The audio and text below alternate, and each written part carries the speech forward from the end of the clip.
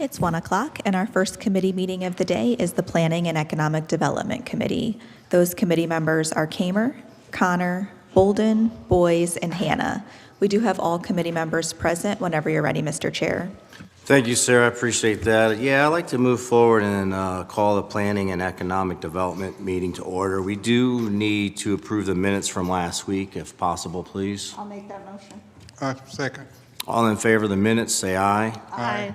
Anybody opposed? All right, thank you. We do have a few pieces of new legislation, but before I get into those, I'd like to go back to the old agenda real quick and just ask a few questions. Kyle, if you don't mind, just to see where we're at so I can keep tabs on the old agenda here. Number 5, it's a conditional use for tire sales at 21 North Arlington. If you could try to get with me and give me some information, I appreciate it.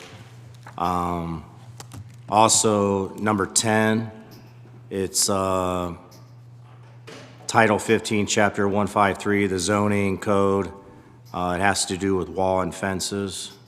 I know that's... That one I can give you an update on. We're still, we had some comments coming out after the Planning Commission meeting, so we're still revising that, and we'll be bringing it in, I would say, in the next month. Okay, no, appreciate that. And then finally... Just to be clear here, we just want to, we've had a lot of issues lately with fences, right? And people not being clear on what is allowed. And so we want to create a very clear, transparent, like, this is what you should do, right? Yep. And so, but that also requires us to make some amendments to the zoning code. Got you. Nope, I appreciate it. No, thank you. And then my final one is I've been actually in conversations with the petitioner, and I know the Ward 10 council person has been in conversation, and that's the conditional use at 1928 Eastwood Avenue for the tactical facility that we've had a public hearing on. It's been a few months, and I know the petitioner is going to try to reach out to some of my colleagues to have a conversation. So if he does, please, have a conversation with them and see what we can do to help them or potentially not help them or where we're at with that. So I'd like to try to move forward with that, maybe, hopefully in a few weeks. So do you have anything in regards to that? Okay, cool. Thank you, I appreciate that. All right, moving on to our new agenda. Sarah, if you could read in number 1, please, I appreciate it. Item number 1 is a resolution approving and confirming the reappointments of Floyd Easley, Renee Need, and Scott Rowland to the vacant Commercial or Industrial Building Appeals Board, approving and confirming the appointment of Theodore Fosberg to the vacant Commercial or Industrial Building Appeals Board, and declaring an emergency. Thank you, Sarah, I appreciate that. And I do see we have Mr. Lash and Dwayne Greger across from us. Thank you, Mr. Chair, Madam President, members of council. This particular piece of legislation is going for reappointing members of our VBR board and appointing Mr. Theodore Forsberg, I believe that's how it's pronounced, who happens to be here today, to our vacant Commercial and Industrial Buildings Registry Board. So that's what this legislation is for. All right, thank you, I appreciate that. Committee members, any questions or comments? All right, any other council members with us today? Okay. Councilperson Fran Wilson. Thank you, Chair. I know we've had some conversations back and forth about different committees, and I know some commissions have been struggling with quorum. I know that the members that we're reappointing are pretty consistently coming to there. Are there quorum issues for the VBR board? I'll allow my colleague, Mr. Greger, to speak to that. Thank you. Actually, with this board, no, we have not had any quorum issues. So we have a 5th member that is on an unexpired term right now. But the 3 that are being reappointed have been very punctual in attendance-wise, and we anticipate that Mr. Forsberg will give us the same level of commitment. Awesome. I'm excited to see that as well. And how many people are in it total? Is it 5 or 7? It's 5 for the vacant commercial board. It's 7 for the housing appeal. Understood. Thank you so much. Thank you, Councilperson. Appreciate that. Any other questions or comments? Mr. Lash, what are you looking for? Suspension of the rules on this one? Suspension of the rules is fine, sir. I'll make that motion. Second. Suspend the rules. I have a motion and a second for suspension of the rules. All in favor, say aye. Aye. Anybody opposed? All right, well, thank you. We'll move on to number 2, please, Sarah. I appreciate it. Item number 2 is an ordinance amending and/or supplementing Title 15, Chapter 154, vacant commercial or industrial buildings, Section 154.04, vacant commercial or industrial building appeals board, subsection A of the Akron Codified Ordinances to remove all requirements for specific qualifications or experience for members of the vacant commercial or industrial building appeals board and declaring an emergency. All right, thank you, Sarah. Mr. Lash? Yes, Mr. Chair, Madam President, members of council, this particular piece of legislation, I'm going to turn it over to Mr. Greger for further explanation. Thank you. In our search or vetting process of looking at citizens who had expressed an interest in serving in either of our 2 boards with open positions, we found that this section was going to be difficult for us to find a member for. The people who expressed an interest did not meet that qualification. We went through a similar experience with specific qualifications with the Housing Appeals Board years ago, where one board member had to be a tradesman, one had to be in the medical field. And we just found when someone that's filling that particular role leaves, then we're eliminating a broad swath of people who are actually interested in serving. So we find it restrictive, and it makes it difficult to find new members. So we would like to amend to take that language out. All right, thank you for that. I appreciate that. Committee members, Councilwoman, please. Thank you, Mr. Chair. So with those removed, will those still be qualifications that are used to maybe have, when someone rises to that board that has those qualifications, would they then have, would you then look at them more favorably? Well, we look favorably upon anyone that expresses an interest in serving at all. But yes, anyone that has a background in building design, architecture, property management, property maintenance, or realty would definitely have a leg up on someone that doesn't have any experience at all. But almost all of our board members for both Housing Appeals and Vacant Building Board, they catch on very, very quickly. They're all very capable and learn very fast what the different issues are with both houses and commercial buildings. Thank you, Mr. Chair. Just a follow-up question. So I noticed community development was a potential qualifier as well. I know that's difficult to find in an area that's, community development's kind of in its infancy in Akron, but I think there's value in engaging at least the community development corporations as we do this. Oftentimes, it takes a lot longer for them to get the capital stack ready to get a building, moving. Years pass. Oftentimes I noticed on Kemmer Boulevard, we'd have folks who got vacant building registered, dings that they didn't register, but they were in the process of developing. So just something to keep in mind. Thank you. Thank you, Councilwoman. Councilman Bolden. Let me turn my mic on. So you are looking for a 5th member of this board, correct? Or do you have 5 at this point? We have one member that's on an unexpired term. We're reappointing 3, and then Mr. Forsberg would be our 5th. Okay, that's what I wanted to make sure. I thought I was reading that correct, that there was 5. I do know that Scott Rowland, because he was on the zoning appeals board with me, and when he was there, he was working, he was in commercial real estate, but he's retired at this point, but so he's not, but I just know that. Thanks. Mr. Rowland is the chair, and he was going to be here today, but he got called to jury duty. Thank you, Councilman. Appreciate that. Any other questions or comments? I did speak with Dwayne, and I asked him if consent was okay, because as a former Board of Realtor myself, I would like to just take a week to make sure I reach out to them. I'm in favor of it, but it would just be nice for, with my background, to at least have that conversation. So hopefully the committee's okay with that. If somebody wants to make a motion for consent. I'll make a motion for consent. Second. All in favor of consent, say aye. Aye. Anybody opposed? All right, well, thank you. I appreciate that. Thank you. And I think we have one final piece in front of us today, and I'll ask Sarah to read that in, please. Item number 3 is a resolution expressing Akron City Council's full support for the adoption of Reconnecting Our Community, Akron Interbelt Master Plan, the Interbelt Master Plan, and declaring an emergency. Thank you, Sarah. And I will turn this over to Kyle. And I do believe we might have a few individuals from the public that might want to speak to, but we'll get to that here when the time is right. So Kyle, I'll turn it over to you. And we're going to have a brief overview of the plan that's going to be provided by Dylan Garitano on our planning staff.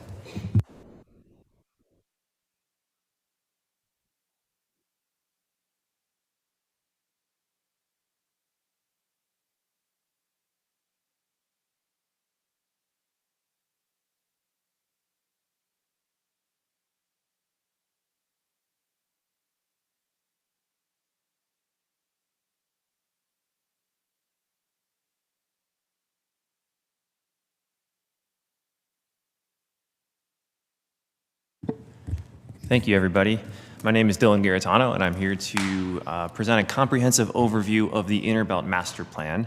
Over the last year, we have been working on a master planning process to create this plan for the Interbelt land of the vacant portion of the Interbelt that the city owns, as well as the other land around it. And today I'll be giving a general overview of what's in the master plan. The master plan is available at akroninterbelt.com and on the city's website as well. And I invite all of you to take a look at the document. But before we begin, I think we'd be remiss if we didn't acknowledge the history of the site and what was in these neighborhoods in the past. This was a destination between Chicago and New York for many performers, and this was also a valuable neighborhood to the city of Akron. The Interbelt was developed and constructed beyond the 1960s. It was never fully completed to function as it was intended, and it only operated at 25% of its intended capacity.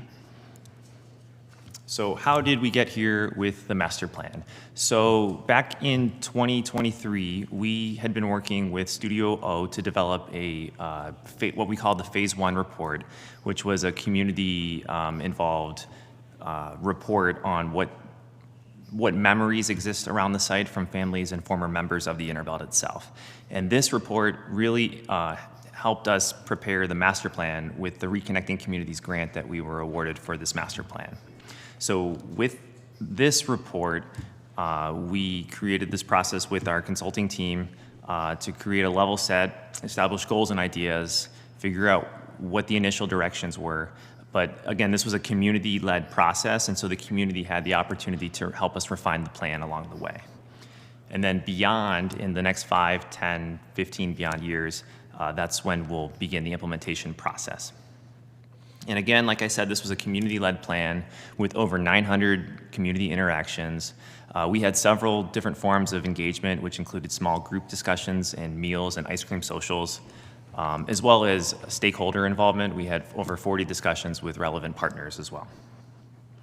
Here's a few pictures from our second open house where we had people make their mark on the Interbelt and identify different locations that were meaningful to them.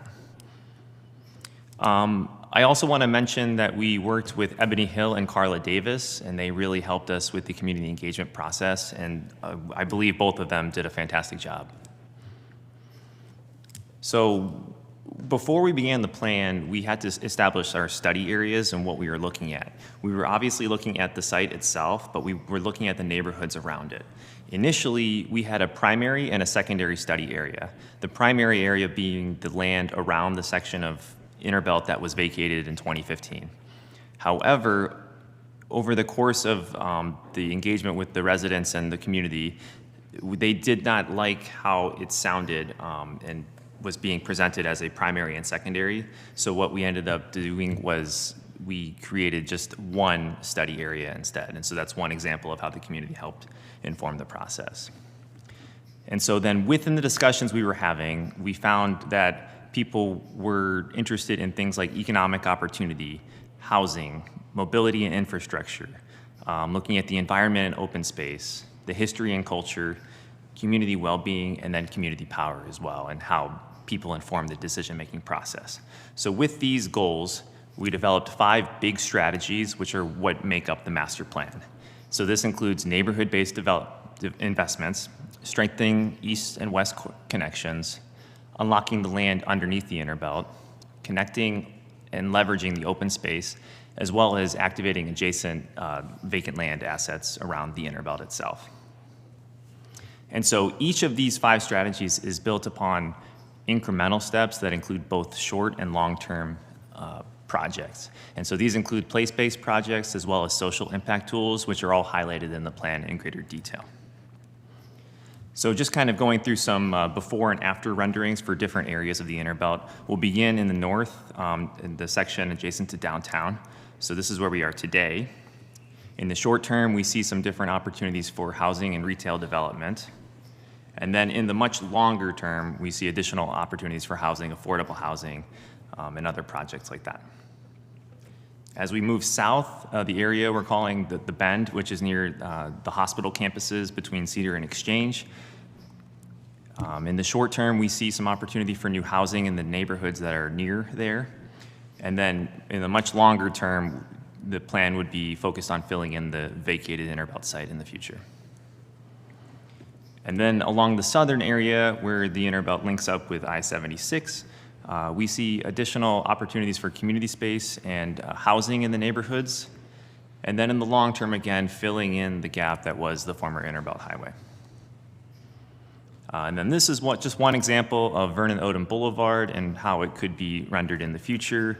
Again, the focus here is community and the pedestrian scale environment as opposed to just creating highways and places for cars. Another thing that we were looking at, one of those 5 themes was unlocking the land under the inner belt, and we know that repair will take time and that each little step unlocks a bigger step into the future. Again, we want to include support for existing residents and the creation of infill housing to allow more people to live and reestablish these neighborhoods. And then the activation of inner belt adjacent assets. So there's a lot of underutilized land in and around the site of the inner belt, and we want to take advantage of all that space that we have. The strengthening of east and west connections is something very important because the inner belt is a barrier that separates the neighborhoods from downtown and jobs. And then at our final open house, we took all of those individual projects that are listed in the plan. There's about 30 of them, and we kind of spatially aligned them on a map so people could understand where these different things are happening. So in the plan, we also include many tools that'll ensure that this plan is made to last. This includes various funding tools, which include value capture, TIF districts, land and real estate tools, which could include community investment trusts and the like, different government and community decision-making groups, which include the Inner Belt Community Advisory Board, and as well as recommendations for the form-based code. And then taking a look at the Inner Belt Community Advisory Board, these folks are former residents who have memories and engagement with the Inner Belt before the highway went in, and they proved to be very important in the decision-making process for the master plan, and we would like to continue to hear and discuss their opinions on the future implementation of the plan. So in the short term, we also have the intent to make some beautification and safety improvements in the very short term. So this includes landscaping and pavement removal of the vacant site.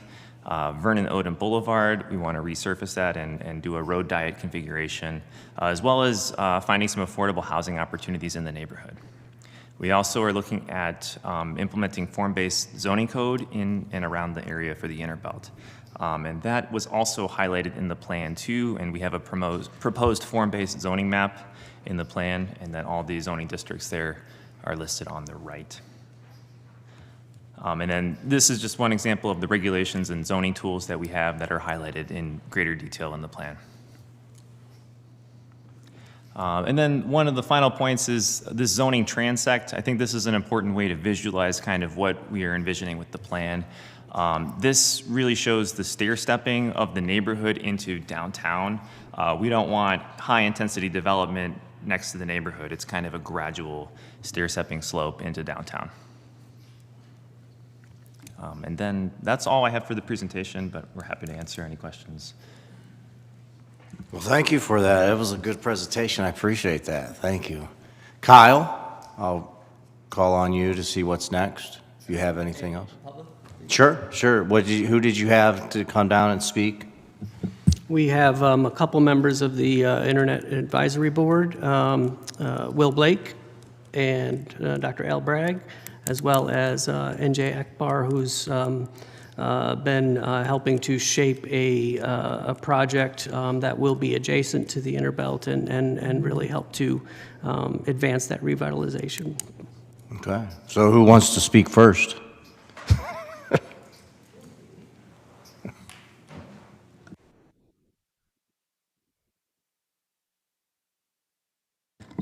Greetings, everyone. I have this here. If you could just state your name for the record, I appreciate you. Thank you. Yeah, greetings. Good afternoon, and to members of the committee. I'm William Eugene Blake, and I'm from the Interbelt Advisory Group. I'm here to support the adoption of this Interbelt Master Plan because it represents a sophisticated evolution in Akron's land use strategy. I'm admittedly a fan of the Minneapolis 2040 plan, and this plan mirrors the ambition of the Minneapolis 2040 plan framework by prioritizing two things, namely equity and connectivity. Specifically, by applying the form-based zoning code, we are moving away from a rigid and siloed land use and toward a high-quality, walkable urban fabric. There's pretty much three technical pillars here that we see in this plan that are very viable. Strategic land recovery, which is vacating more of the Interbelt, and we can transform what is now a liability into an asset, freeing up land to reconnect downtown to our western neighborhoods. Also, value capture. With the use of tax increment financing and other financial methods, it ensures that as property values rise, the wealth that is reinvested directly into the neighborhood's revitalization efforts. Also, governance. Working with experts like Liz Agbu, we've developed governance models to ensure that this isn't just a static document that sits on a shelf, but a project that remains answerable to the public. This plan isn't just about redevelopment. It's about reconnection. And it's about stitching a divided city back together and giving that dividend back to the public. Much like the Minneapolis 2040 plan, this plan seeks to undo the damage of exclusionary planning, and this master plan is our chance to build a future that is inclusive. We've spent so many months with Studio O to ensure that the advisory group remains a watchdog for the community's interests.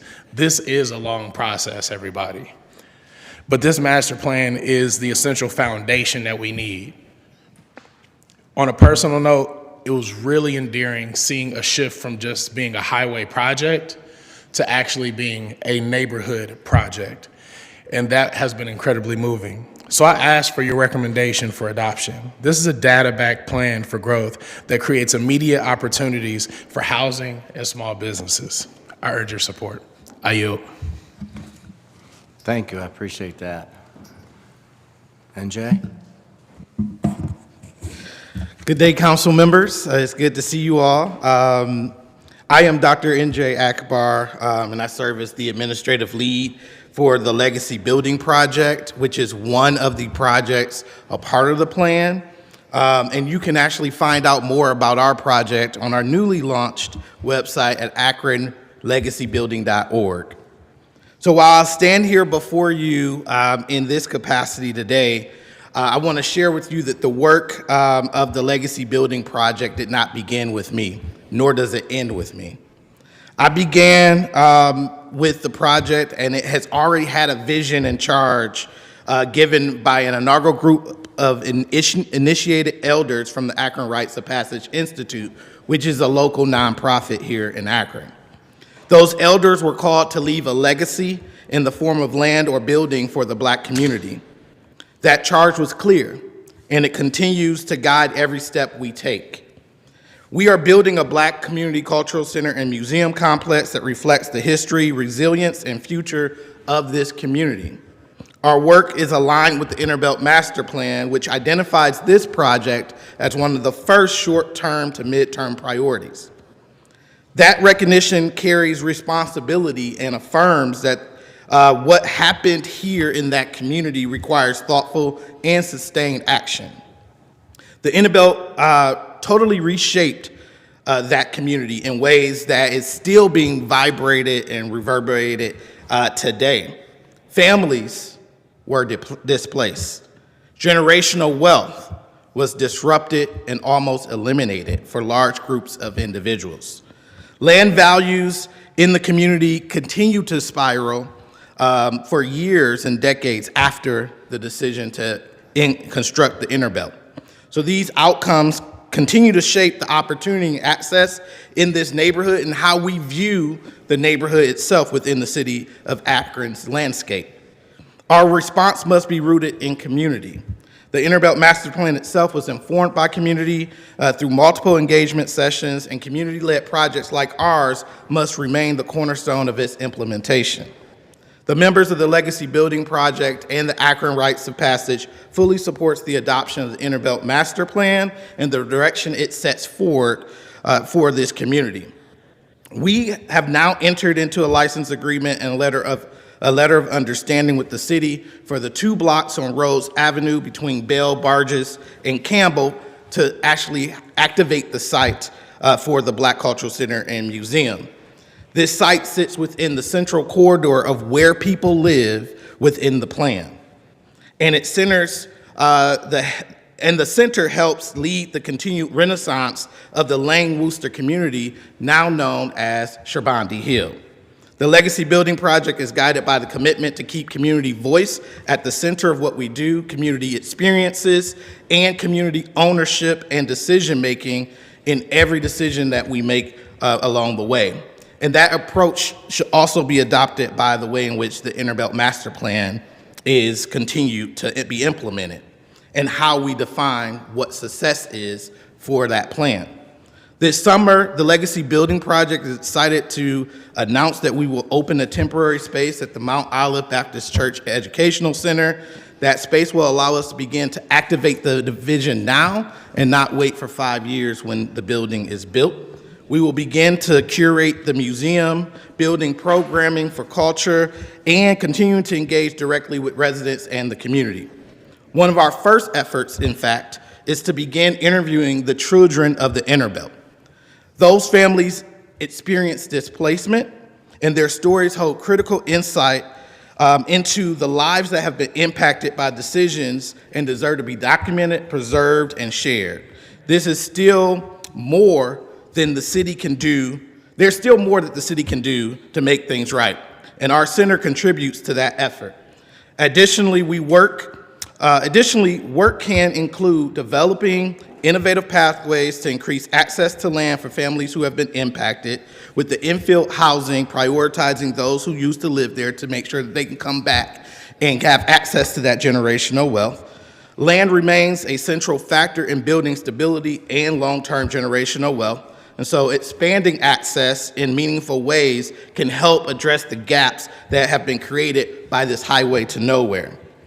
Revitalization requires intention, partnership, and commitment to community-led solutions like ours. So the Legacy Building Project is moving forward with that focus and that lens and working to create space where history is honored, opportunity is expanded, and community remains at the core of everything that we do. This is why the Akron Rites of Passage Institute and the Legacy Building Project supports the committee's passage of the Innerbelt Master Plan so that projects like ours can continue to progress towards uplifting a community that has long been devastated by past decisions. This moves us towards the right direction, towards repairing harm. Is it perfect? No. But is it time? Yes. We remain committed to partnering with the city to see these improvements realized. Thank you for your time and hope that you move forward to passing this plan. Thank you. Thank you, I appreciate that. Anyone else? Okay. Thank you. Good afternoon. Dr. Al Bragg, and I must say that these two gentlemen have said everything I had to say. But I'm going to take it from a little different perspective because I was actually born into that neighborhood.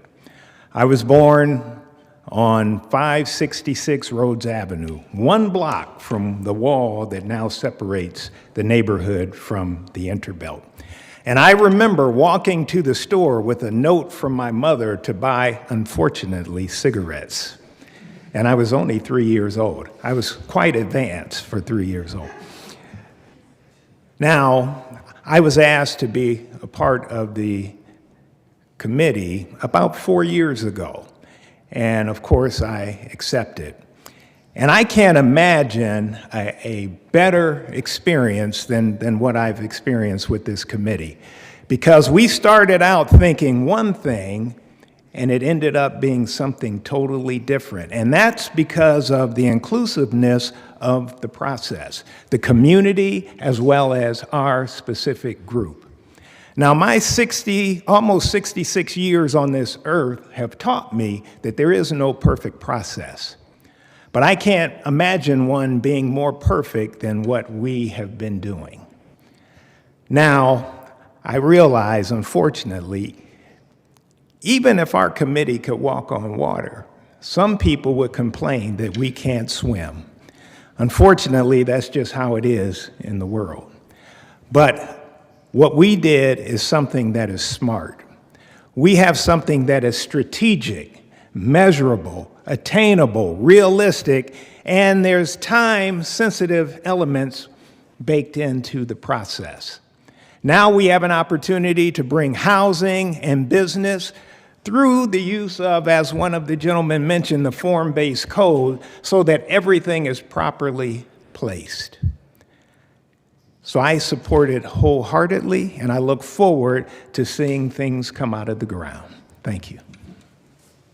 Thank you, appreciate that. All right, if that's that, Kyle, open it to questions. Are you ready? Okay. Committee members, any questions or comments for anything in regards to this? Councilman Hanna? Thank you, Mr. Chair. I keep hearing the Interbelt Advisory Board. Will that entail some of the neighbors that are living there now? Most of those neighbors that were displaced, they're gone. And so it would be advisory to the city to locate some of those neighbors that are still in that area, because we do have one gentleman that comes down every other month or every other week.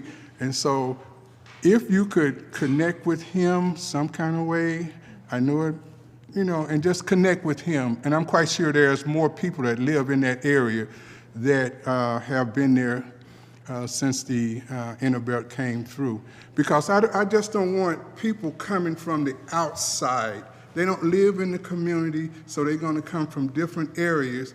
And it's a good thing that they're coming from a different area and bringing their thoughts that's positive. But I would like to see that somehow that people in that community, especially homeowners that's going to be there for the duration, be involved on that board. I don't want to see just everybody coming from different parts of the area on that board, but put some of the people that live in that area and going to be there for quite a while to be on that board. Thank you. Greetings, council and committee members, chair. Thank you, Mr. Hanna, for that, because one of the things that we really wanted to focus on was, the homegrown part of this. As Dr. Bragg so eloquently put, yeah, he grew up on that. He remembers that area. My parents and my older siblings lived at 811 Bell Street. They also lived at 407 Grant Street. And my church was at 211 East Thornton Street. And so when we look at who was left behind and how we can continue to uplift this area, it is very important that we continue that outreach. We have continued to engage, and we continue to engage with residents there, but also the city of Akron, because that Interbelt destroyed the connectivity and it harmed the heart of Akron, and repair is so important and healing to that. So yes, thank you. Thank you for that. Councilwoman, please.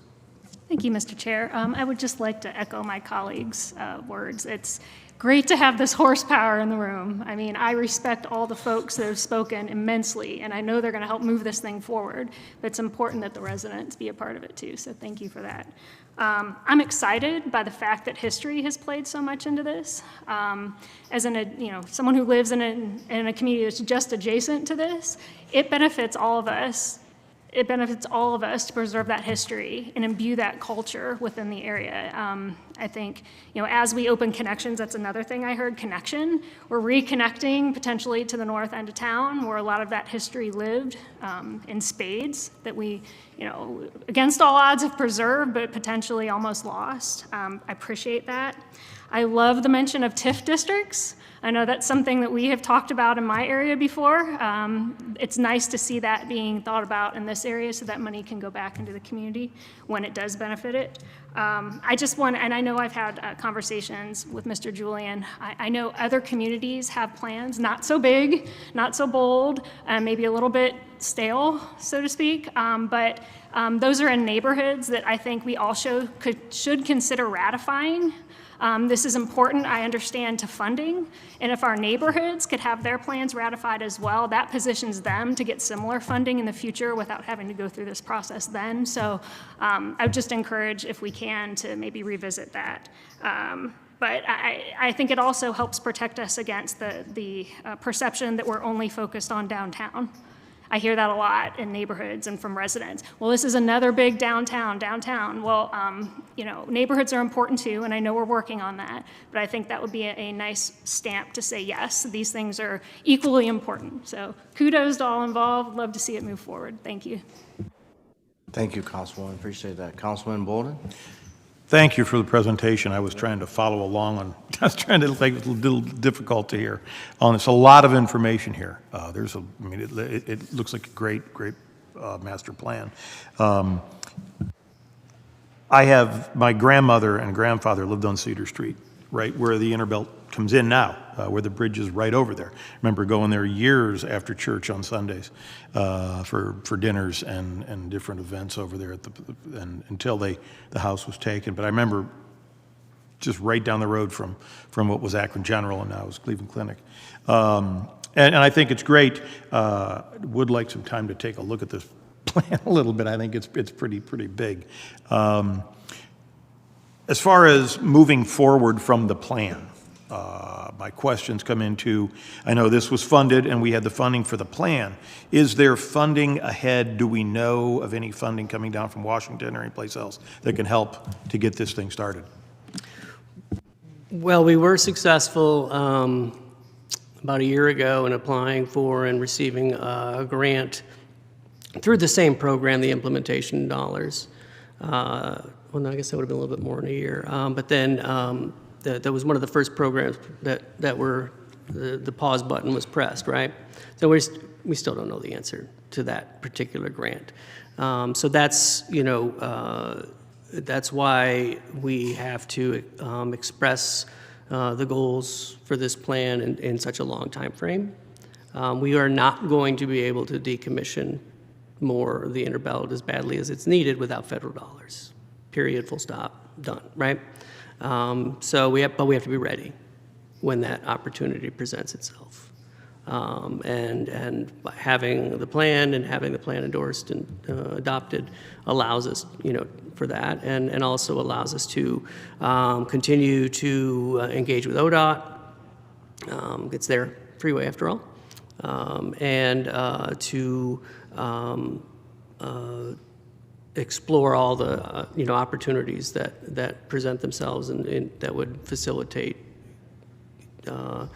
freeway removal, healing, and repair. Yeah. Please. Thank you for that. Oh, go ahead. Sorry. Okay. To your point, we were successful in getting that grant, but it's above us and somewhere else. But one of the things that we've continued to do is look at, hey, this is a 30-year plan. So what can we do immediately? What are some of the short, medium, and long-term things? And how can we do that in a non-funding rich environment? And so that's where when we look at Mr. Blake, when we look at Dr. Akbar, we look at Dr. Bragg, they are generating things from the community in order to activate the space without necessarily funding. So how can we, while we're actively pursuing, I think that huge scale funding for whether it's infill housing or businesses, what are the things that we can do to activate the space, to bring people there, so that we cultivate a slow burn of interest. We all look forward to things coming out of the ground. It might be plants at first. It might be some other activation of that space while we are able to fund that infrastructure and those things. So, Thank you. Thank you, I appreciate that. I do see Councilwoman Amobian, she's been patiently waiting on Zoom, so please. Yes, thank you, Mr. Chair. Can you hear me okay? Yes. Good. Thank you. I strongly support the master plan. I had the good fortune of participating in several of those community meetings, and we got a lot of input and participation from the public, and we certainly want to see this move forward. In addition to that, I think it's critically important that we, as we talk about the funds that are somewhere in limbo in Washington, I still believe we're going to get those. There are lots of things that we can still do.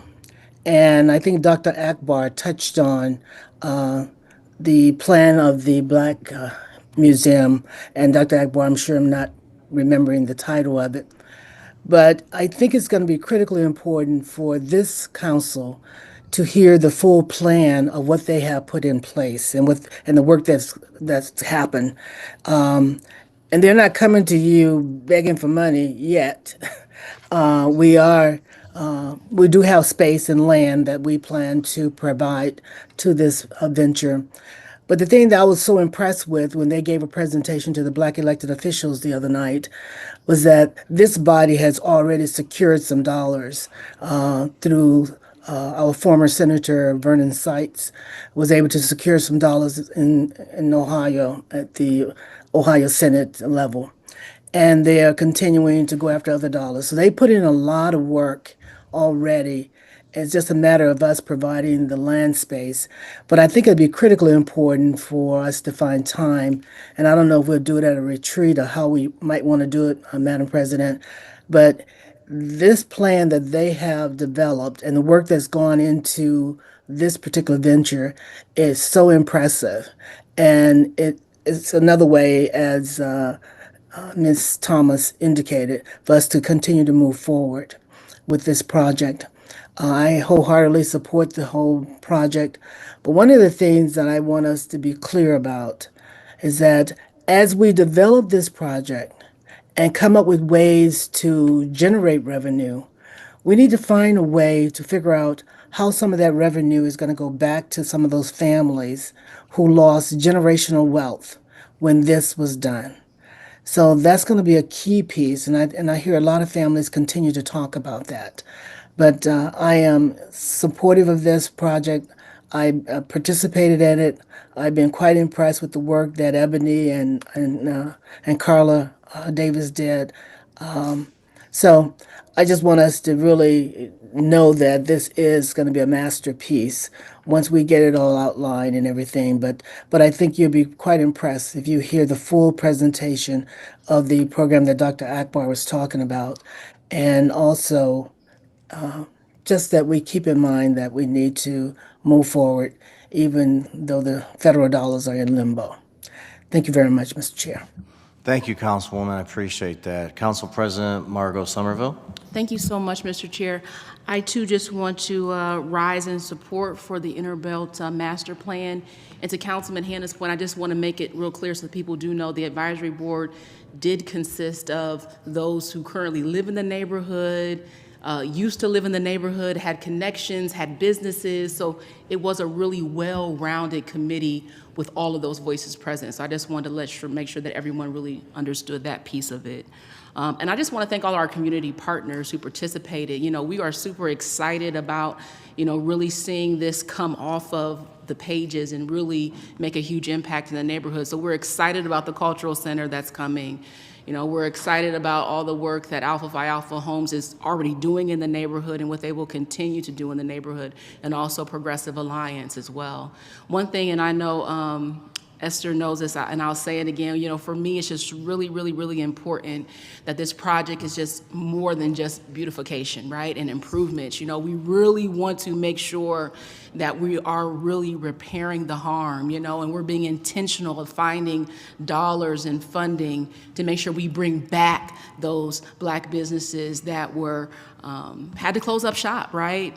And making sure that the people who live in that neighborhood also get a benefit where they had to pack up their homes and leave, you know? So just want to just really make sure that we're really intentional of finding investment to do those things so that it is more than just beautification, right? But we are really, truly repairing the harm that is done. I just want to thank the whole entire team for all of the great work that you guys have done, and we're truly excited about it. Thank you. Thank you, Madam President. I appreciate that. I do see we have Councilman Eric Garrett, his hands raised. Eric. Thank you, Chair. I appreciate the opportunity.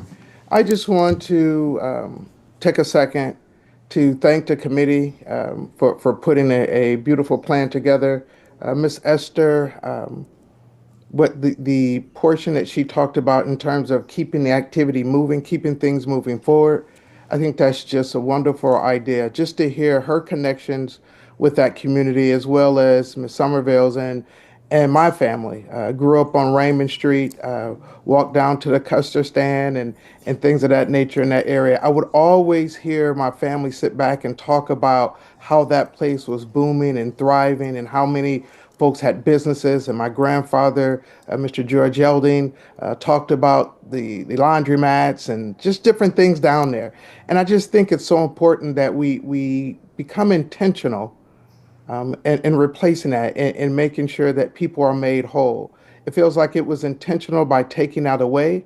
And so on the other side of that, I really feel that we need to be intentional about making sure that the families are made whole and that we find work for the individuals when we go back to put housing and roads. We find work for the people who lived in that community. This is just an example of when the community when the administration and when council can work together and listen to the community. Mr. Hargrove has been coming down for months, years. I know he should be pleased and overjoyed by what's getting ready to happen in his area. And so I just want to thank everybody. I want to thank Madam President. I just want to thank Ms. Esther Thomas for her steadfast dedication to this project. And lastly, Dr. NJ, Mr. Blake, and Mr. Al, thank you guys for what you guys are doing to move this forward. I'm in 100% support of this project and this plan moving forward. Thank you, Chair. Thank you, Councilman. I appreciate that. Councilperson Wilson. Thank you, Chair. Also, rise in support. A part of this is in Ward 1, so I hope to be a part of it, a good partner in whatever goes forward. And thanks for all the work and that has been done. I went to a lot of community events as well, really stunning. Also out knocking doors and stuff in Ward 1. I've heard a lot of stories, and I think, you know, a couple people have mentioned direct reparation. You know, direct reparations are still a desire for a lot of neighbors that I'm hearing. So I just want to uplift that comment that Councilwoman Amobian said. So just want to say, you know, I appreciate all the work. One question that I did have, and I guess I'm interested in knowing more about the accountability mechanisms in place. Is the board going to continue to operate? Are we going to bind ourselves as a city to any commitment on timing on any sort of things? Is there going to be a staff member or a continued contract so that this is something that one person or a team is, you know, eating and sleeping and breathing? Just want to know more about that. We spent time earlier this year, February and March, with the advisory group, and we brought Liz Agbu back and asked her to facilitate a couple sessions, focus sessions with the advisory group. And just to remind folks, Liz Agbu was the author, her studio, Studio O, is the author of that Phase 1 report, kind of set the table for all of this and kind of created that framework for healing and repair that we're working within. So she came back in, she facilitated some sessions with the advisory group just to think about, what is the future of the group and how can that group evolve so that there is a mechanism for accountability and that there's a framework there for review of processes, review of transactions, review of projects, to make sure that they're answering the call that came from the community in terms of how this space should evolve, ensuring that we have reinvestment mechanisms to drive revitalization in that area, that we have a process for ensuring that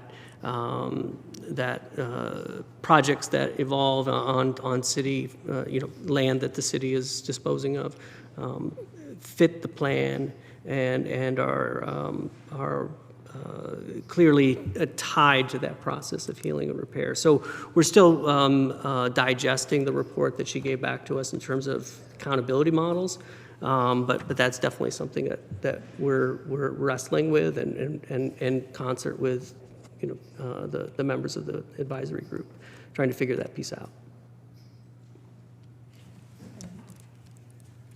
Thank you, I appreciate that. Councilman, yeah, please. Councilman Greer. Thank you, Mr. Chair. Again, I want to thank all of you for the incredible amount of work. Also want to, again, thank Liz Ogbu for the great work that she did in Phase 1. Following up on some of the earlier comments, when we look at the southern end of Route 59, what have those conversations been with ODOT? I know in the plan it says, that will take several additional years to, of course, decommission. And then my question is along with that, is the plan for the city of Akron to eventually be in that chain of title? So we've had conversations with ODOT about, including the former director, but certainly with the region leadership, about that process, and they're willing to and have engaged with us about that process for decommissioning. There's some sort of technical things that we got to work through, right, as you'd imagine. But that that initial groundwork has been laid, right, for that process. And then, then it would, just like the northern portion would pass to us, and then we would have, the opportunity to think really about how that land could be deployed for that connection piece, that connect the hospitals to the neighborhood, and really be very strategic about those processes, and unlock value capture, reinvestment in the neighborhood. And then beyond the funding thing, obviously, have they given us any kind of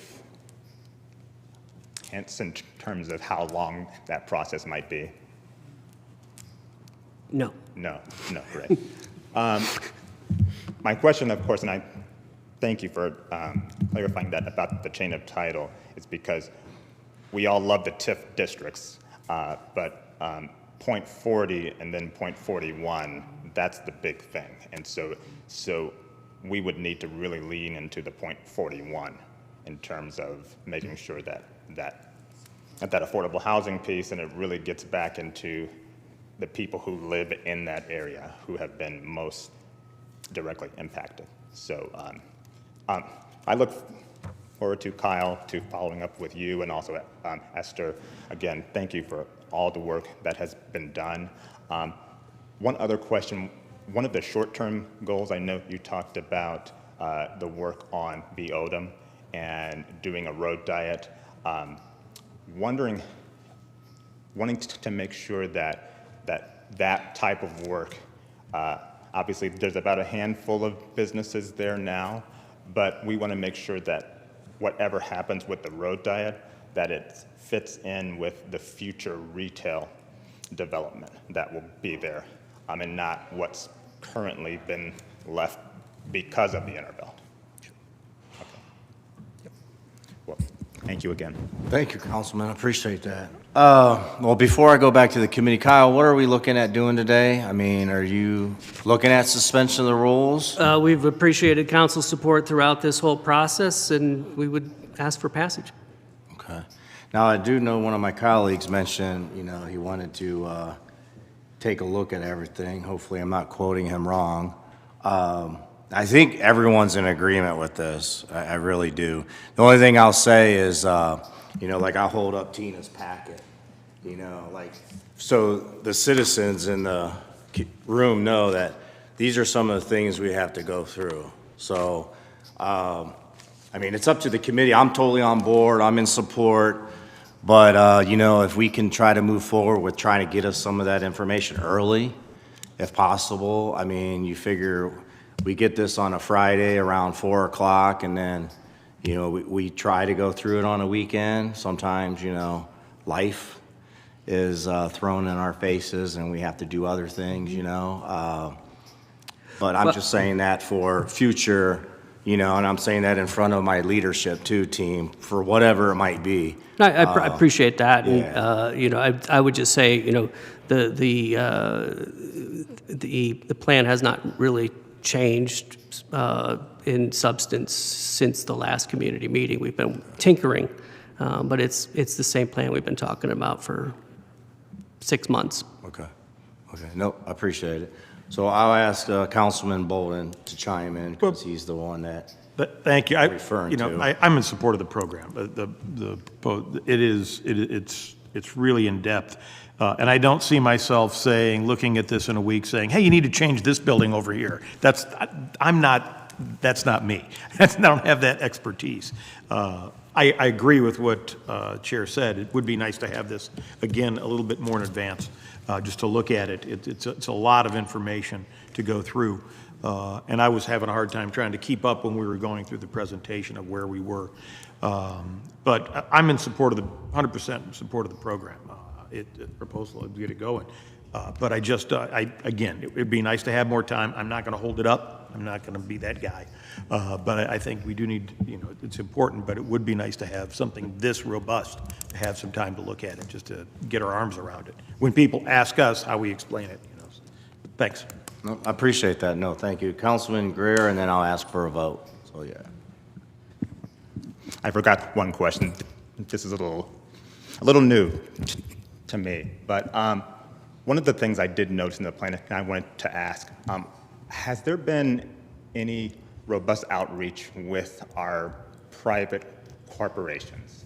I know that we have listed, obviously, there's federal funds that are in limbo. That's always a good thing, But, and then we have philanthropic organizations as well. But what has the outreach been to a lot of our corporate partners? Because we know it's a 30-year plan. We're not going to really achieve this without their investment.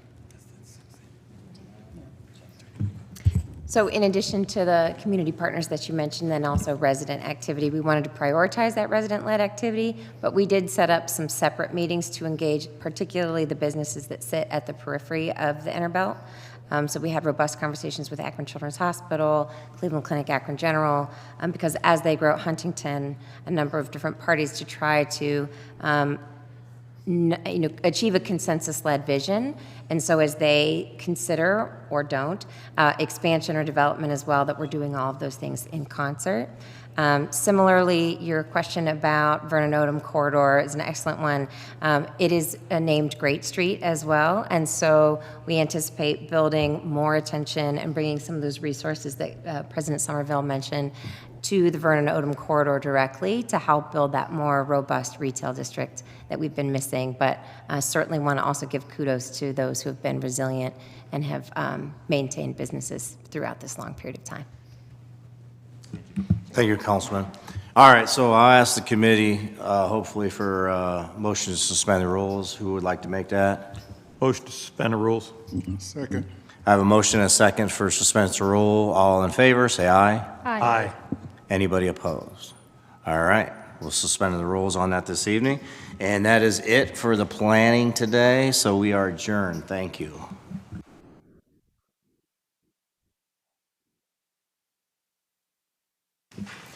Our next committee today is the Parks and Recreation Committee. Those committee members are Connor, Lombardo, Davis, Hannah, and Boyes. We'll give everyone just a moment here.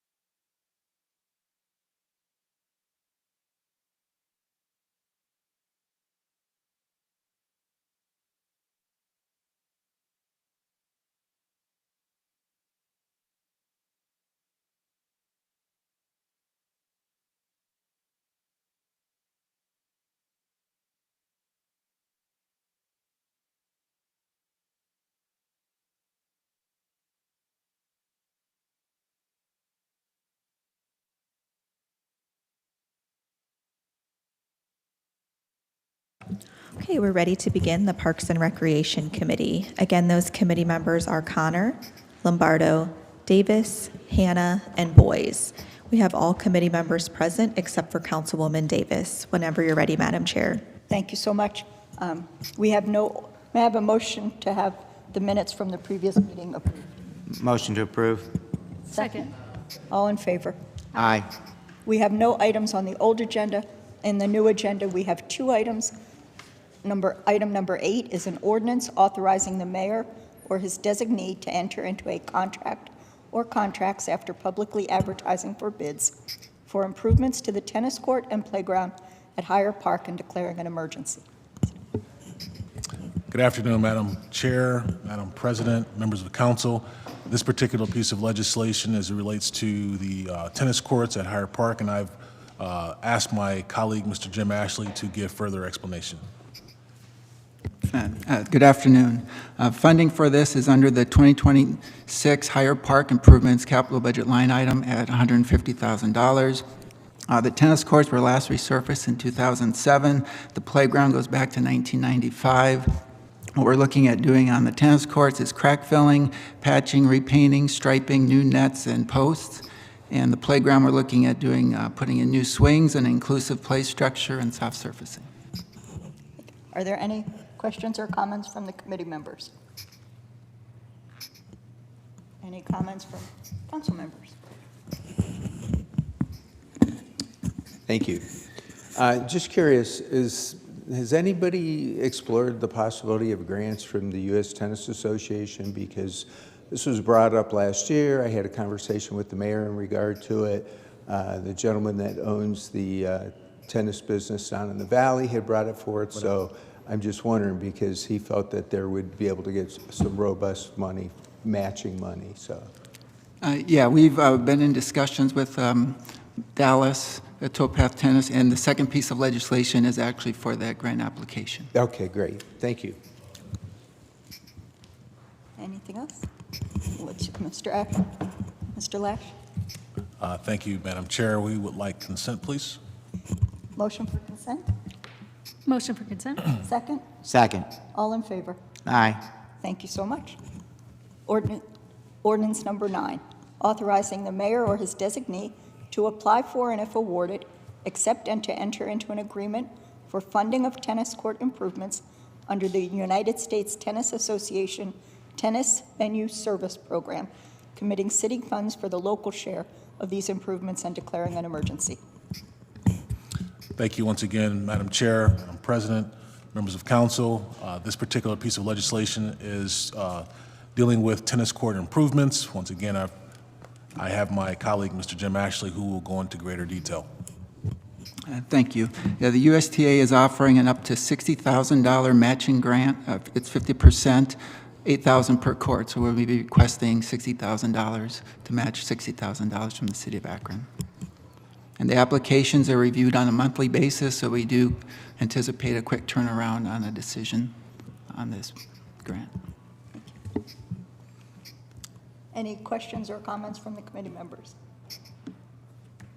Anyone from anywhere else? Thank you, Councilman McKittrick, for bringing this to our attention. And good luck. What's your pleasure? Madam Chair, we would like consent, please. Motion for consent.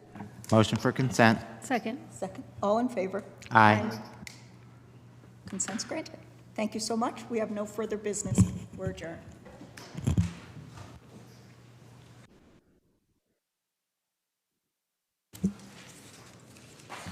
Our next committee today is the Public Service, Public Utilities, and Green Committee. Those committee members are Kamer, McKittrick, Wilson, Bolden, and Lombardo. We'll give everyone just a moment to get to their seats. Thank you.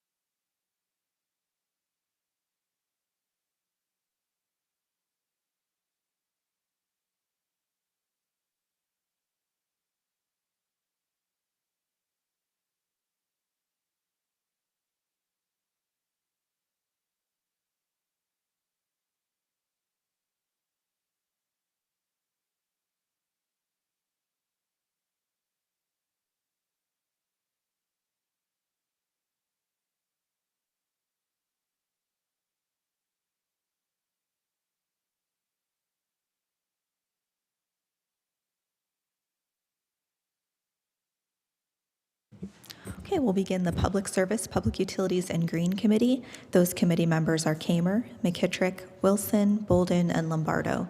We do have all committee members present whenever you're ready, Mr. Chair. Thank you, Sarah. Yeah, I'd like to move forward and call the meeting to order. We do have minutes to approve, please. Motion to approve previous meeting minutes. Second. I have a motion and a second to approve the minutes. All in favor, say aye. Aye. Anybody opposed? All right, well, thank you. We do have a few items. We'll continue taking time on our old agenda, but we do have 3 new pieces in front of us today. And I'll ask Sarah, our clerk of council, to read those in, please. Item number 4 is an ordinance ratifying the actions of the Director of Public Service or his designee in entering into a contract or contracts with Butcher and Sons Excavating without the formality of publicly advertising for bids for the emergency demolition of nuisance structures in the city and declaring an emergency. Thank you, Sarah. And we do have our service director with us today, Chris Luddle. Chris.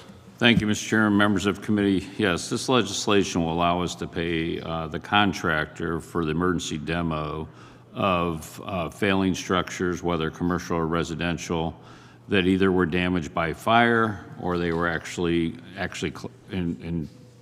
going to collapse. So in the order to preserve this abutting structures, I should say, we need to get these structures down, so we would get authorization between the fire chief and the building official that these needed to come down in intimate, so we set these forth. In the legislation, there are 1, 2, 3, 4, 5, 6, 7, 8, 9, 10, 11, 12 structures that had to be taken down. So this legislation, the work is already done. This legislation will allow us to pay the contractor. Thank you, Chris. I appreciate that. Any questions or comments from committee members? Any other council members with us today? All right, what are you looking for this one? Could we suspend the rules so we could pay the contract? It's up to the committee. I'll make that motion to suspend the rules with a favorable report. Second. I have a motion and a second for suspension of the rules. All in favor, say aye. Aye. Aye. Anybody opposed? All right, we'll suspend the rules on that one. Next piece, Sarah, please. Item number 5 is an ordinance authorizing the Director of Public Service or his designee to enter into a contract or contracts without the formality of publicly advertising for bids with the Ohio and Erie Canalway Coalition for operations assistance and maintenance services at the Summit Lake Shore Park and declaring an emergency. Chris Luddle. Thank you, Mr. Chair and members of committee. Yes, this agreement is going to look really close and look the same as what we have done at Lock 3. So this legislation is for the Summit Lake North Shore, and it's a technical assistance agreement with the Ohio and Erie Canal Coalition. We will contract with them, and basically we will pay about 50% of the budget.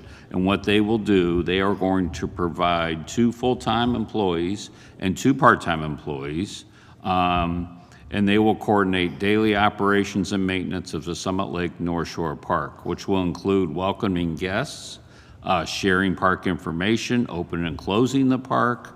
They will assist in litter pickup, landscaping maintenance, manage the concessionaire, and coordinate with canoe, kayak, and bicycle shares.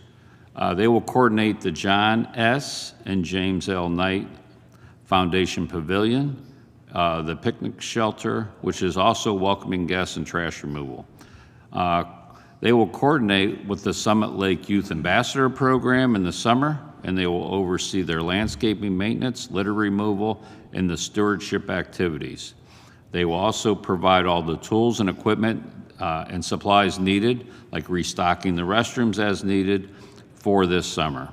So this agreement, like I said, is real close to the agreement we have with them to do maintenance at Lock 3 Park. All right, thank you. Any questions or comments from anyone on the committee? Okay, any other council members with us today? Okay, what are you looking at this one, Chris? Consent is fine. Consent, thank you. Sir, if I could mention one more thing. Sure. We are going to have the groundbreaking on May 16th at 1 o'clock. It should be on all your calendars, but we'd love to see you out there on Saturday the 16th at 1 o'clock for this ribbon cutting and opening this new park. Thank you for telling us that. I appreciate that. Okay. Motion for consent? Second. I have a motion and a second for consent. All in favor, say aye. Aye. Anybody opposed? All right, we'll put that on the consent agenda. Moving on to our final piece, please. Item number 6 is an ordinance determining to proceed with the improvement of Wendling Drive from Peely Drive to East End, Peely Drive 60 feet north of Wendling Drive, and Arbor Way Drive 60 feet north of Wendling Drive by paving, grading, constructing and reconstructing curbs, concrete sidewalks, driveway approaches, storm sewers and sanitary sewers, installing roof drain pipes and planting trees, all together with the necessary appurtenances, and declaring an emergency. Thank you, Sarah. I appreciate that. Chris? Thank you, Mr. Chair, members of committee. Yes, we've had previous legislation for this project. This is the legislation that we call notice to proceed with the improvements. We did send estimates out to all of the affected property owners because this is an assessment project.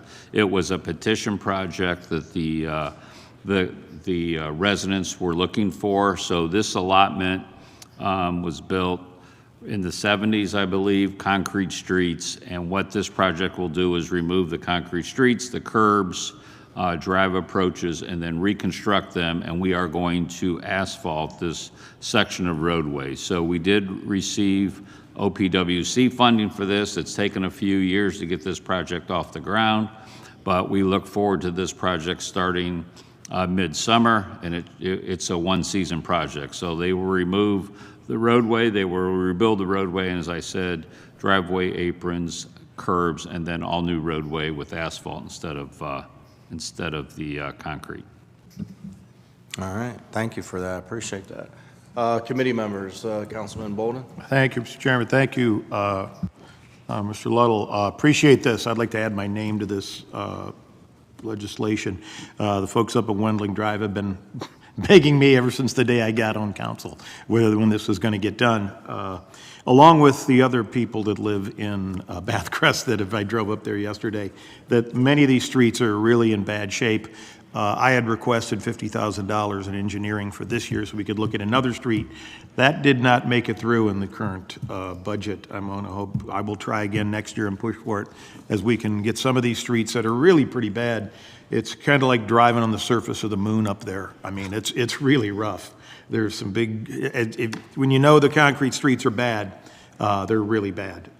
And this was one of the ones that was really bad. It was kind of paved over a little bit, thankfully, from the service department because it was unpassable and really deteriorating last year. But look forward to having this project done, and we will probably, will we have a meeting with the residents before this, or should we? We will, yes. Engineering will call a meeting and we'll let you know. We'll probably have it on site, just so. That would be great. We're bidding the project right now, so once we get a contractor on board, then we'll look at their mobilization, their plan, and then we'll have a meeting. Great, I appreciate it. Thank you very much. Thank you, Councilman. I appreciate those comments. Anyone else with us? Okay, Chris, what are you looking at for this one? That's fine. Consent's okay? Okay, committee? Motion for consent. Second. All in favor of consent, say aye. Aye. Anybody opposed? All right, well, thank you, and that's all we have today. Thank you, Chris, I appreciate that, and thank you, Sarah. We're adjourned. Our next committee today is the Public Safety Committee. Those committee members are McKittrick, Kamer, Lombardo, Hannah, and Garrett. If we can give everyone just a moment to get started. Thank you.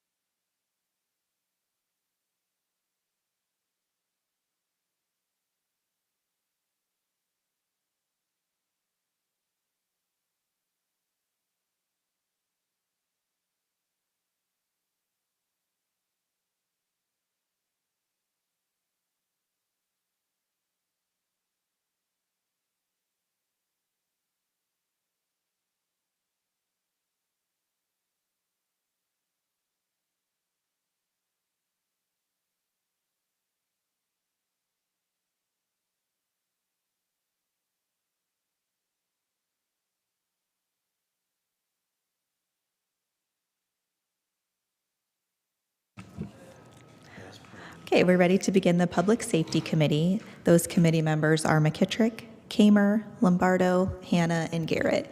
We do have all members present. Councilman Garrett is joining us now.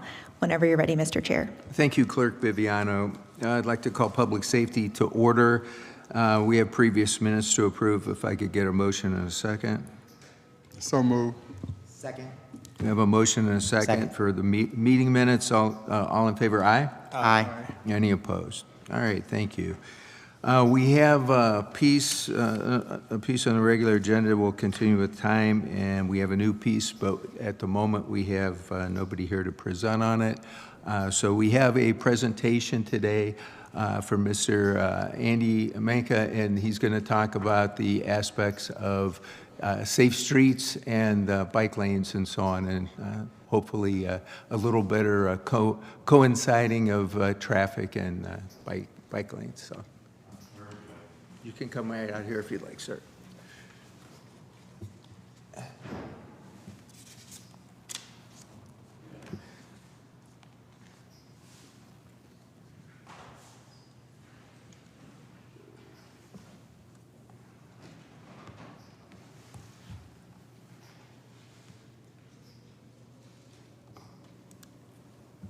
I know that we hear a lot about bike lanes and road diets and so on, and I'm sure that that's near and dear to Councilman Lombardo's. Oh yeah. So near and dear to my heart. So we'd like to.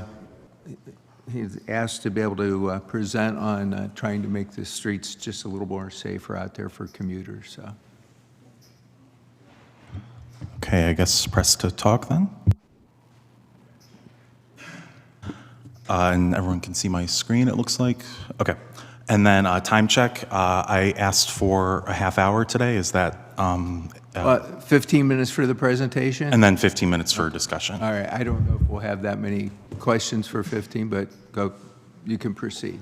Okay, fair enough. Yeah, so my name is Andy Manka. I started a group called Vision Zero Akron. Yeah, I did the time check. Okay. So overall, residents have concerns. So I'm sure you're all familiar with the gas prices these days, hitting $5 a gallon. We have a bit of a affordability issue right now. There's some concerns about downtown activity and overall health and well-being, as well as some residents are aging. So all kinds of things going on.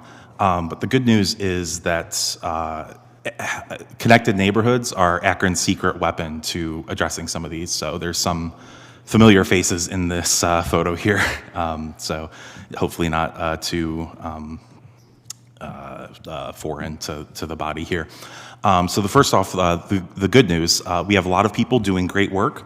So we have a lot of great people working in the city to implement safe streets. We have projects like this one on Bowery Street to make it easier for residents to spend time and money in Akron, so that's awesome. Towpath, huge success. This is a picture from 8:00 p.m. on a Friday night, and it's more popular than, a lot of restaurants would, wish they were this popular. So a lot of good things. So the question that I've been kind of facing with over the past year is how do we execute on slam dunk projects? So these are both photos from the Memorial Parkway trailhead for the towpath. And then in this work, I actually came across a resident in North Hill who told me that this is like a grassy field at the Memorial Parkway towpath trail entrance. And he said that kids come from North Hill and they ride their bikes down Memorial, and there's like a soccer field here. And unfortunately, the route that they take to get there is unsafe. So I've been trying to kind of talk about this over the past year. And just to show you what we're talking about, any kid or person trying to get to the trailhead down here would have to go in this little striped off lane. And the road is posted at 35 miles an hour. And according to ODOT, that means that cars can go 40 miles an hour. So it's really not a good environment for children or anyone to be walking or biking. So one thing that I would hope for would be just like some kind of improvement to that situation. And another interesting thing about this area is that it's in an ocean of sidewalks. That's all the blue. These are all sidewalks. This is like kind of North Hill-ish. This red arrow, this is Memorial Parkway, and that's in gray. So almost everywhere in Akron has sidewalks, but not Memorial Parkway. So it's one of the only areas where you're actually disconnected from your neighbors. You can't go from like one part of the neighborhood to the other. So one way that the city could perhaps address this would be putting up some kind of like cones or traffic barrels, something like that. This photo I took back in 2024 on Memorial Parkway. This was put up to stripe out the lane, to like repaint the lane. And the city put it up and they repainted the lane and then they took down the cones. So I don't know what the process would be to like make that more of a permanent fixture, but something like this could be like a short-term solution, because there's actually like a bit of a longer-term solution here, but in the short term, we need relief on the order of like months rather than years. This is the Y Bridge, so the city or someone put up these like construction barriers that fence off this area and provide a deterrent for cars crashing into people. This would be another great thing on Memorial. I don't know what it would take to do that, but just another option. So yeah, a bit of background about what I've been doing. Over a year ago, I got published in the Beacon Journal about this topic. In April, you might remember I showed up for the North Main Street repairs that were critical and all those critical upgrades. And just to kind of update us on that, that was millions of dollars in funding from outside sources with the requirement that it was use it or lose it. So we ended up using it, and that created jobs in Akron. And overall, I'd say as a North Hill resident, the project's going pretty good. I know it's construction, but when it's done, it's going to be a very nice place to be. I've been trying to build like relationships and allies throughout this process. I met with Representative Lombardo. He and I actually walked this dangerous stretch of road last year. It's pretty harrowing when you actually set foot on it. And I spoke with Representative Hanna as well. And I've been working with Council Representative Wilson. I've been talking with the media, all kinds of groups, just trying to kind of get more eyes on this, try to understand what could be done about this. Spoken with all kinds of government officials, and through all this work, the city was actually able to secure about $66,000 for this project. So that's really cool. Yeah, I've been talking with various city people, including the Metro RTA. But overall, that's kind of bringing you up to speed to today. I've been talking with all these people, been building all these connections, but I don't exactly know where to go from here. I've tried to make my point as to like the need for this safety features on Memorial and in other places, but I'm at a bit of a loss as to what to do next. So I'm hoping by coming forward here, y'all might have ideas. So in specific, the traffic study that got funded, I'm super happy that it was funded, but it's on the order of like a year-ish from today, or sorry, it's next year at some point. And then they would have to implement whatever changes are recommended from the study. So one thing that, as I showed the photos of earlier, like there might be some kind of quick wins we can do instead of having to wait for completion of that study. Another thing I discovered is that council passed an ordinance back around 2018 for a complete streets commission. And as far as I can tell, and I talked to a couple people, a couple officials, it's not super clear that this is a commission that's still active, and even if it is active, I couldn't quite tell who the current members are. So one thing that we could be talking about or thinking about is, do we want that commission? And if we do want it, then maybe we should fill the vacancies. And as provided within that resolution, it's supposed to have, as far as I can tell, 2 members of council and 3 members of the public. So there's currently at least 3 vacancies on it. And it's a volunteer-based role, so that might be, I don't know if that's good or bad, you don't have to fund it per se. Another thing I've observed is there's limited bandwidth for road projects. So engineering has a long list of projects that it wants to do, and then on top of that, here Vision Zero Akron comes, and we're recommending additional projects on top of what is already listed. And I don't know exactly what kind of lead time they work with, but generally I'd say my perception is like on the months to years, kind of like many months into years time scale. And this can raise some concerns, because one of the projects we've suggested is on a bit of a time crunch. This upper photo is around the area of the North Side Interceptor Tunnel, just as you cross, right before you cross into Cuyahoga Falls. And so the city put up these concrete barriers to actually to protect their workers over to the left side of the photo. But it had the really nice side effect of it made it a lot easier and safer to cross on foot and by bike. So I thought it'd be cool to kind of convert that into some kind of longer term or medium term project. But that idea, I don't currently have a lot of like allies within the city that agree with me on that. So I wanted to bring attention to that. But anyway, there's other projects that could be worked on. Another thing I found out trying to kind of attack this problem from different ways without having to wait years for safety. I found out speed cameras there's a very robust research on this that they actually slow down people, which is awesome. So for example, on average, they provide a 4.7 mile per hour reduction in speeds. And when you take 40 down to 35 miles an hour, that's actually a 22% reduction in energy, which is really good because as that graph on the right shows, speed is a major factor in what kills. So if we can drop speeds down to something more manageable, then we're actually protecting people on the road who are on foot or on bike. So like I'm recommending here, Council and Mayor Malik, you could use speed cameras in a targeted fashion on just the most hardcore, deadliest roads in Akron. And there's a possibility here. I don't currently know what the process would be for implementing that, but it might actually sidestep the traffic study process. And everything I've seen so far is that the traffic study process is very involved. So by sidestepping that, it might save the city money, it might save a lot of time.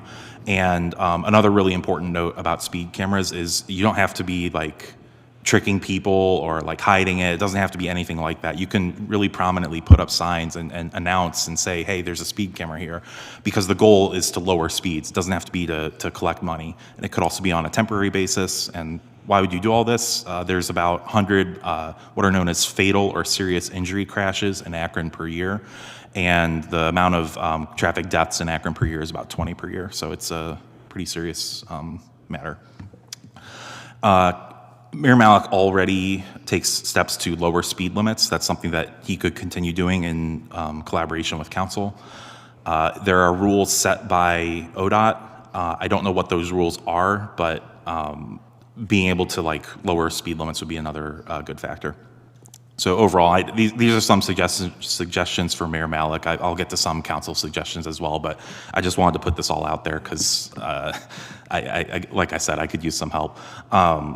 If he were to use like a whole of government approach, that is not just kind of this siloed, because not a siloed approach, because it's more than just public safety. It also includes like economic development. It also includes like resiliency and all these different things. So when you like provide better infrastructure and connect these communities, you're going to be seeing a lot of wins, and it's not just going to be like a narrow win there. Another thing that could be done is enabling regular people to participate in government. And in my opinion, you're going to find more regular people just living their lives out on parks, sidewalks, bike lanes, festivals. And I say this with love because I'm one of these people, but at these kind of special meetings that are on like a Thursday night at some random part in Akron, I'll be there and I'll meet a lot of really cool people there. Nothing wrong with the people that go there, but there's a decent amount of research that the people that are able to go to those kinds of meetings are the same people that like they're able to get off work. They are able to find someone to do childcare. And so there's certain people that you're not hearing from when you're so focused so narrowly on just that one kind of meeting. I also found that there are some cities like Oakland where they can do these kinds of like quick change upgrades, like installing those little flex posts in the photos. That can be like a month's thing. So in Oakland, if there's a serious crash where someone dies, on the scale of months, they actually show up and change the road. And I asked around a little bit. I'm not aware of any process like that that's on that kind of quick scale here in Akron, but I'm willing to be wrong on that. So like I was saying, 99% of people, they just want to get from point A to B. Most people aren't like showing up to meetings like this. We shouldn't like overanalyze like what people are looking for. Another thing that the mayor could do, again, I'll get to council at the end, deprioritize the anti-bike legislation that's already been passed because it's a problem. I'll explain what that is in a moment. And then just overall, like where if there are shortcomings, just being a bit more level with people and explaining like, here's what people can push for, here's what people can ask for, here's like where maybe we need to go to the state level and talk to ODOT to like get different rules changed, you know, that kind of thing. Okay, good news. There's stuff that council can do as well. You can legalize the secret bike lanes that we already have. Now, what is a secret bike lane? They're also known as sidewalks. As far as I can tell, in the city of Akron currently, it is illegal to operate a bike on a sidewalk.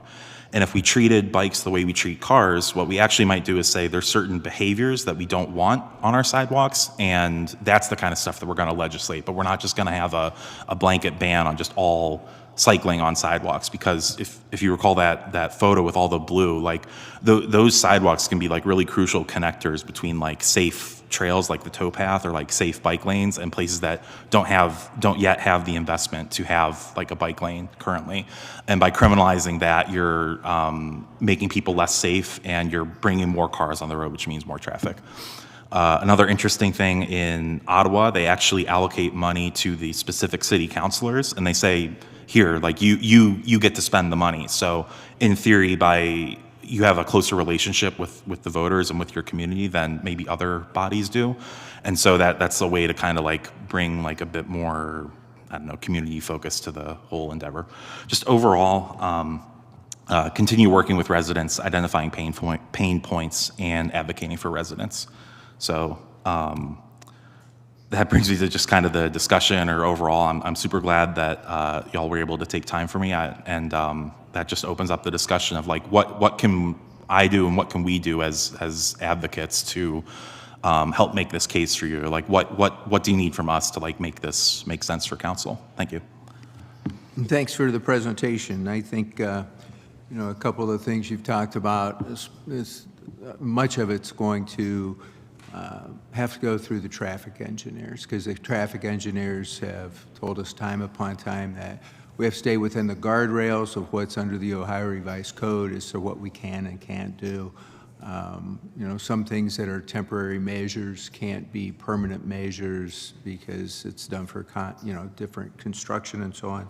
And the cameras, I know that's been a real, there's a lot of case law on it. We haven't had our speed cameras for the school zones. They're looking at bringing those back, but there's all kinds of check marks that are going to have to be made on certain things before that's done. So, but we can forward this to make sure the mayor sees this and traffic engineers to be able to see what's going on. Any comments, questions from Councilman Lombardo? Go ahead, sir.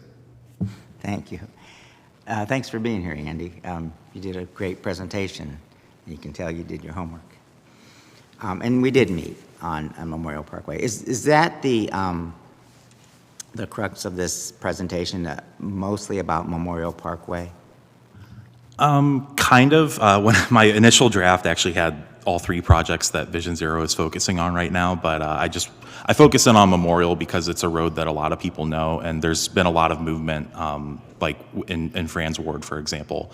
So it's just something that we've been talking about a long time, and right. is very kind of pressing for a lot of people. Yeah, I mean, I would agree that Memorial Parkway not necessarily needs a sidewalk from, say, like Cahaga Street all the way down, but I would agree with at the end of Euler, where we walked, and that, the video that you showed, that we would need something safer, as if kids come down Euler and need to, travel on Memorial Parkway into the dog park area. I would agree with something safer there. I got you there. And truthfully, a barrier like you've shown for the Y Bridge, because just, cones or whatever, I mean, that could definitely, a car could definitely veer over past the cones. And, whether it's winter, spring, summer, or fall, you come traveling down that hill and you could, someone could lose control. It doesn't have to be like slick and go over on that berm. So that's why I would agree with something safer. If they could just if the city could just do some little piece from Euler to, the dog park.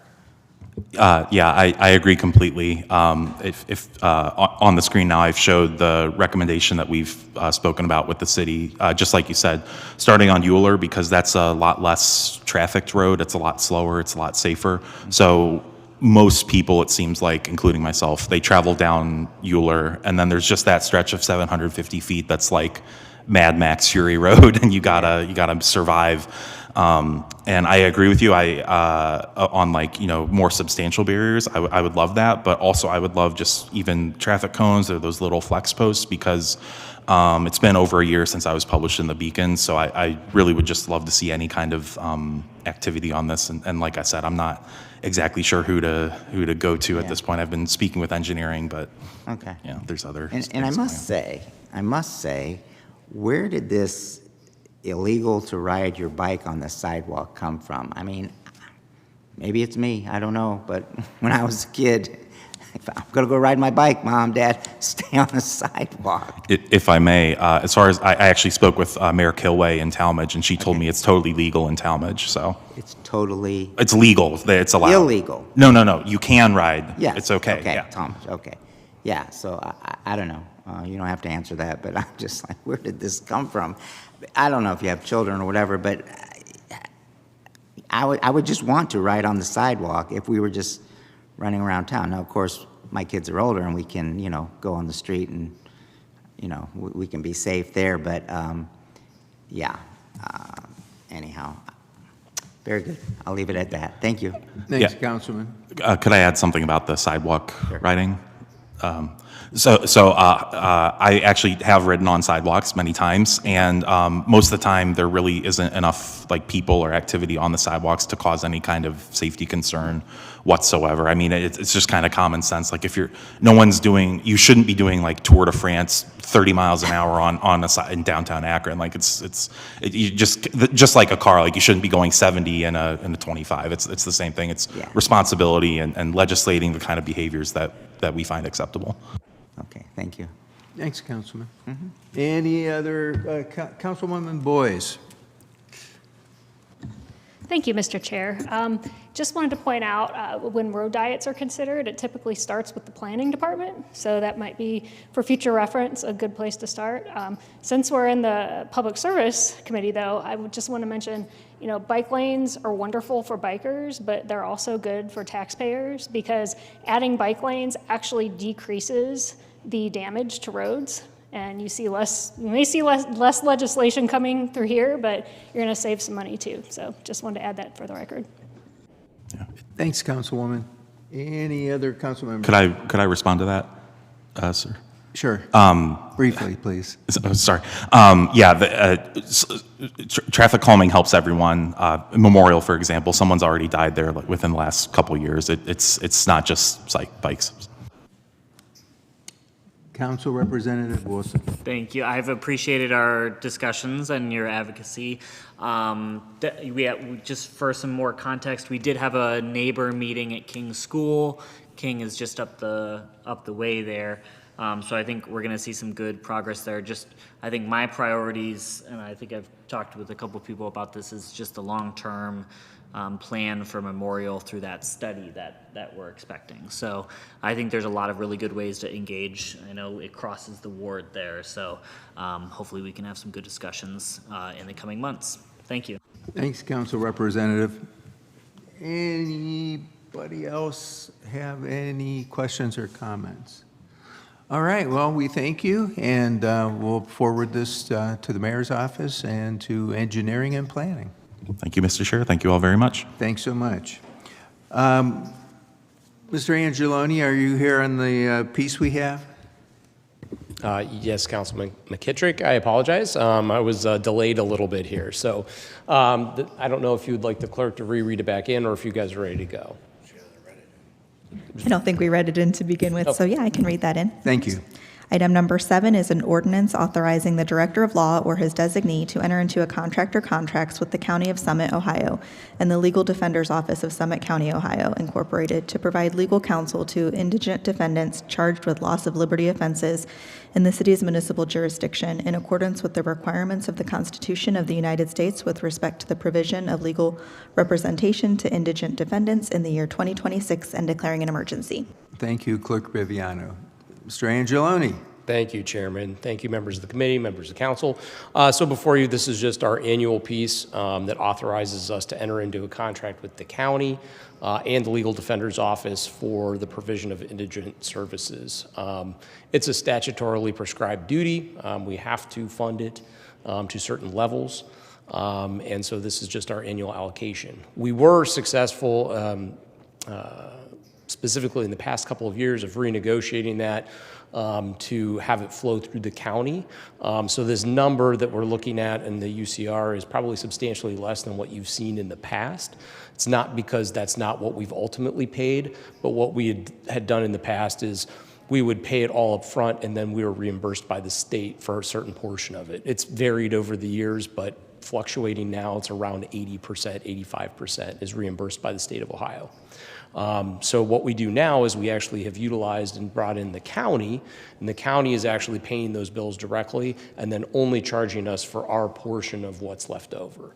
So that's why the amounts may look slightly different. Well, they'll look substantially different than what they did at least a few years ago. So with that, I'd take any questions. Thanks for the information. Any questions, comments? Mr. Hanna. Thank you, Mr. Chair. How many indigent defendants did you have last year? Gosh, well, and again, it's not our defendants, right? So this is, we're contracting with the Legal Defender's Office to provide that. I can get you those numbers, but it's going to be a substantial amount based on the number of cases that we prosecute. I mean, it's, you know, in the thousands. I mean, it's many, many, many cases.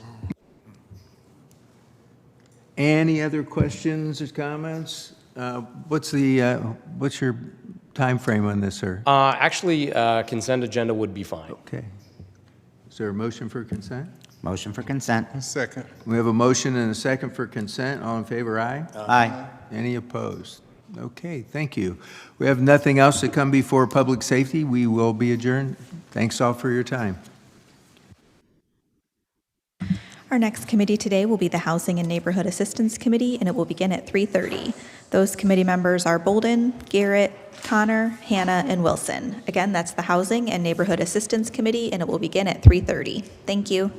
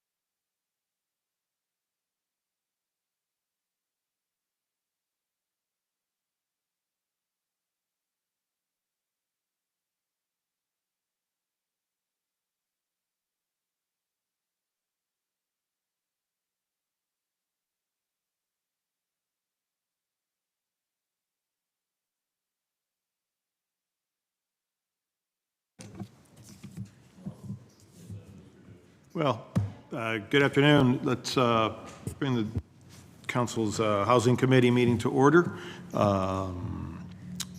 Roll call, please. Bolden? Aye. Garrett? Aye. Connor? Hannah? Wilson? Aye. All members are present except for Councilman Hannah. Okay, great, thank you. First order of business is to approve the minutes from the March 30th meeting. Second. All in favor? Aye. Okay, minutes are approved. Two pieces of legislation in front of us, so we'll go right into number 10, resolution approving and confirming reappointments of Kathy Wilkins and Barbara Waris to the Housing Appeals Board, and approving and confirming the appointments of Julie Ann Sweet Bunton, Thomas Fuller, and Douglas Powley to the Housing Appeals Board, and declaring an emergency. Mr. Lash. Good afternoon, Mr. Chair, members of council. This piece of legislation is as relates to reappointing some of our current members and appointing new members to our Housing Appeals Board. So we're very excited to bring this before you this afternoon, and we're very happy to have these members here this afternoon in case there are any questions that you might have of them. Thank you very much. I know 2 out of 4, so I'm doing pretty good. Ms. Waris, who lives down the street from me, we've talked a number of times, and I know Mr. Powley from previous times in the city and talking to him on a somewhat regular basis. So it is really good to see a full board. Anyone would like to say anything from that's on the board would like to say? Well, Mr. Chair, if it's okay, I'd like for all of them to introduce themselves, just so that you are all aware of who they are and what they're going to bring to the board. That'd be great. Oh, thank you. I'm Tom Fuller. I'm a resident of the First Ward and have been there, living there since 1983. I was the executive director of Alpha Phi Alpha Homes, and that's a nonprofit housing development that has developed quite a few units in Summit County and other Northeast Ohio counties. Great. A little bit of experience, huh? All right. Great to have you. Great, thanks. Thank you. I'm Barb Boers, and I am a real estate agent, and I bring the experience of 39 years, believe it or not, of real estate. I work for Berkshire Hathaway Home Service, Stauffer Realty, which has been around for years. I enjoy what I do. Our board members are very sufficient in what they bring to the board too, so I'm happy to be here. Thank you. Hi, my name is Julianne Sweet Bunton. I live in Ward 9. I've been involved in a lot of different committees throughout my tenure here. I've lived here 21 years, met my husband. He had a house in Akron, I had a house in Strongsville. Akron won out, so we love it here. My husband recently retired. He owned his own business on Kenmore Boulevard, Kenmore Comics and Games, that he had for 39 years. I am Tina Boyce's treasurer, so I know her pretty well. And previously served on Planning Commission for a number of years and rolled off of that earlier, I guess we thought 2020, so a few years ago. So I currently work for a nonprofit. I worked in banking, commercial lending for a number of years. Left that, went to work for a nonprofit called Cascade Capital Corporation. We do lending. We support the banks with small business loans, primarily Summit County, Summit Stark, Medina County areas. And I've been there 3 years. Great. Thank you. Good afternoon. I'm Doug Powley. I'm retired from the city of Akron for about 13 years now. I served at the city as an assistant law director for a little over 5 years. While I was in that position, one relative thing, I worked on the building code and rewriting that when Dave Smith was the superintendent. And from there, I was appointed chief prosecutor for the city of Akron and served for 23 years. For the first several years, I was given responsibility for code enforcement and in the law department, and supervised one of the prosecutors who actually did the grunt work, did the work in court and the like.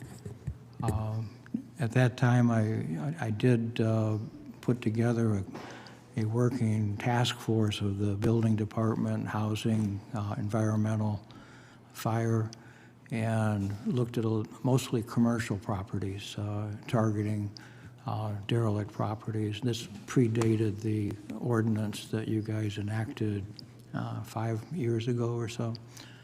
So that was an effort to try to take care of some of those properties. But that's, I guess, my relevant experience. Great, thank you. Mr. Chair, as you can tell, we're very proud to present these new members and existing members. Some of them are being modest, but we are very confident that we are presenting capable and competent individuals to serve on this board. So we will entertain any questions that you have of us at this time. Any questions? Councilperson Wilson. I know we've talked a little bit, and I remember, I think, maybe last month or the month before, we didn't have quorum for this commission, so I just want to, speak frankly to that. It is really great. Thank you for stepping up and coming back, some of you. But I just wanted to make sure that we are able to get quorum for these meetings so we can do the important business. But thank you. Thank you. I look forward to it. I mean, I'm really glad to see we've got a great collection of experience in varied areas, and I think it's putting that together between, I don't know whether who all put it together, whether you worked with housing or you worked with the mayor's office, but it's a lot of knowledge here, and that's great because we all have those. Me, not so much in Ward 8, but I still have some. But I see lists in other wards, and those houses need to be taken care of. And we look forward to the work you're going to do, the hard work you're going to do, and we do appreciate it. Any other questions? Okay. I just have a comment. I didn't realize that everybody was going to go back. I went back 39 years, but I go back a little further. My husband and I owned and operated a construction company, started out asphalt paving, graduated up to snow removal. We did snow removal for the city of Cleveland at the Cleveland Hopkins, also other outside cities as well. The city of Chicago called on us. We had then graduated into also using our equipment as gas and oil drilling, and we were the first to go in, go out, did a lot of work at the different areas of Ohio as well. So that's my past experience as well. Great. So, and I land leased for gas and oil well as well, so. Great, appreciate it. If there's anything we can do as a board, let us know, or to help the board. We appreciate the work you're going to be doing. You've been doing and you'll be doing more. Mr. Wilson. And then there's 7 on the board, 4 right here.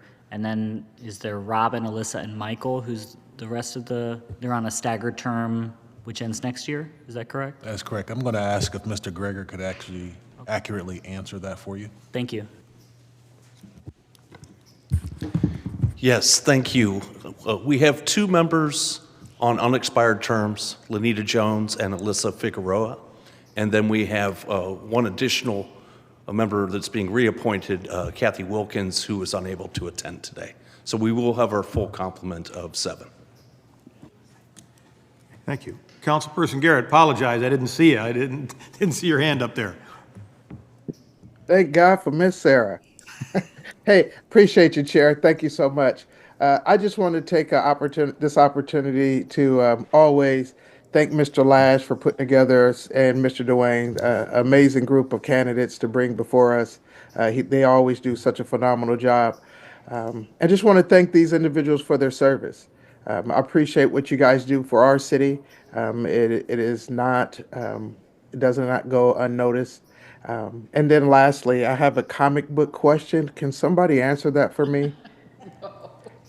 Just joking. And thank you so much for your service. Thank you, guys. Thank you so much. Thank you, Chair. Thank you. And we do appreciate this, really do. It's not the glamorous work you're doing, but it's the hard work, and we appreciate that. Any other questions?